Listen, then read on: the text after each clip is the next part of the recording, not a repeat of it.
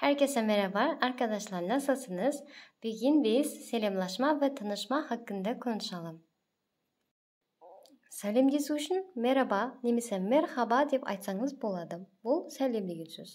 Ал herkese merhaba дейтін болсаңыз, мен сияқты ол баршаңызға сәлем деген сөз. Ассалаумағалейкум деп айтқыңыз келсе, сәлемін алейкум деп айтасыз. Бұл ер кісілердің бір-бірімен амандасуы. Ал егерде досыңызбен, құрбыңызбен араласатын болсаңыз, дос ретінде сәлем дей салсаңыз да болады. Тура қазақ тіліндегі секілді сәлем деген сөз. Anladınız mı arkadaşım? Келесі, уақытпен байланысты сәлемдесу. Günaydın, қайырлы күн деген сөз. Ие немесе хайырлы деген сөздің екеуінің біреуін алып, сабақлар деп айтсаңыз болады. Мысалы, iyi sabahlar, қайырлы таң, iyi günler. Günler немесе хайырлы günler, қайырлы күн. İyi akşamlar, қайырлы кеш, iyi geceler, қайырлы түн. Немесе хайырлы günler, хайырлы akşamlar, хайырлы geceler деп айтсаңыз болады.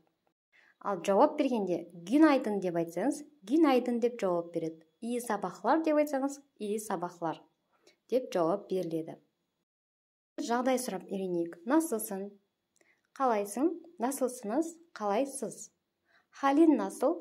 Қалың қалай? Халiniz насыл? Халыңыз қалай? Ne haber? Қысқартып айтқанда, ne haber? Ne haber?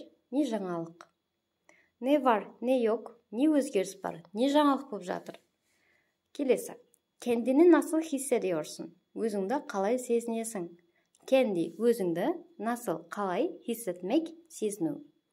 Келесі түрі, iyi misin? Жақсысың ба? Жағдайың жақсы ма? Түрік тілінде осылай жағдай сұраймыз. Ал енді сұраққа жауап берейік. Егерде сізге біреу «Қош келдің» десе, сіз «Қош болдық» дейсіз. «Қош келдің», «Қош көрдік» деген ғой қазақшасы. Ал егер сізге «Насылсыңыз» десе, «Teşekkür ederim, iyiyim» деп айтасыз. Рахмет, жағдайым жақсы. Süper, супер, керемет. Her şey yolunda, бәр нәрсе орында. Орысша айтқанда, все в порядке. Fena değil. Fena değil, бұл онша емес. Егерде өзіңізді керемет сезінбесеңіз, онша емес. Fena değil деп айтсаңыз болады. Ал егерде жағдайыңыз жаман болып тұрса, нашар болып тұрса, көтейім деп айтасыз. Бұл нашар деген сөз. Ал егерде жағдайыңыз бір қалыпты деп айтқыңыз келсе, normal дейсіз. Бұл нормально, жақсы, бір қалыпты деген сөз. Yorgun, ал егерде сіз қиын жұмыстан шаршап келсеңіз, yorgun деп айтасыз. Немесе yorgunum, жағдайым шаршап тұрмын. Келесі, bomba gibiyim. Бомба секілдімін, яғни бір жаңалықты естіп, ішіңізге толмай бара жатса, біреу сізге насылсың десе, сіз bomba gibiyim деп айтасыз. Міне осылай жағдайыңызды жеткізесіз. Келесі, есім сұрау. Біз қазақтар атың кім деп сұрасақ, түріктер адың не деп сұрайды. Яғни бұл атың кім деген мағынаны береді. Енді диалогқа назар аударайық. Адың не?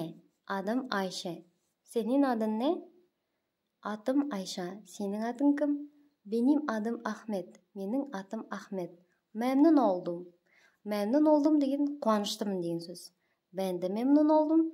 Мен де қуаныштымын. Ал достар, қоштасу үшін hoşça kal деп айтсақ болады. Бұл қалып, сол үйде қалып бара жатқан адамға айтамыз. Hoşça kal. Яғни жақсы қал деген мағына береді. Немесе үлкен адам болса, hoşça kalın дейміз. Яғни сау болыңыз деген секілді. Güle-güle. Келесі. Пока-пока деген секілді. Görüşmek üzere. Кездесеміз, көрісеміз, görüşürüz. Көріскенше. Аллаха emanet ol. Аллаха emanet ol деген Аллахқа аманатсың. Яғни біреумен жақыныңызбен қоштасып бара жатқан кезде Аллаха emanet ol деп айтсаңыз болады. Бұл оны қаншалықты жақсы көретініңіздің белгісі, яғни Аллахқа аманатсың деген мағына. Arkadaşlar, бүгінлік bu kadar. Сабағымыз бітті. Егерде арнам ұнап жатса, арнаға подписаться батырмасын басып тіркеліп қойыңыз, лайк басыңыз, пікір қалдырып, өз сұрағыңызды қойсаңыз болады. Келе-келе, hoşça kalın.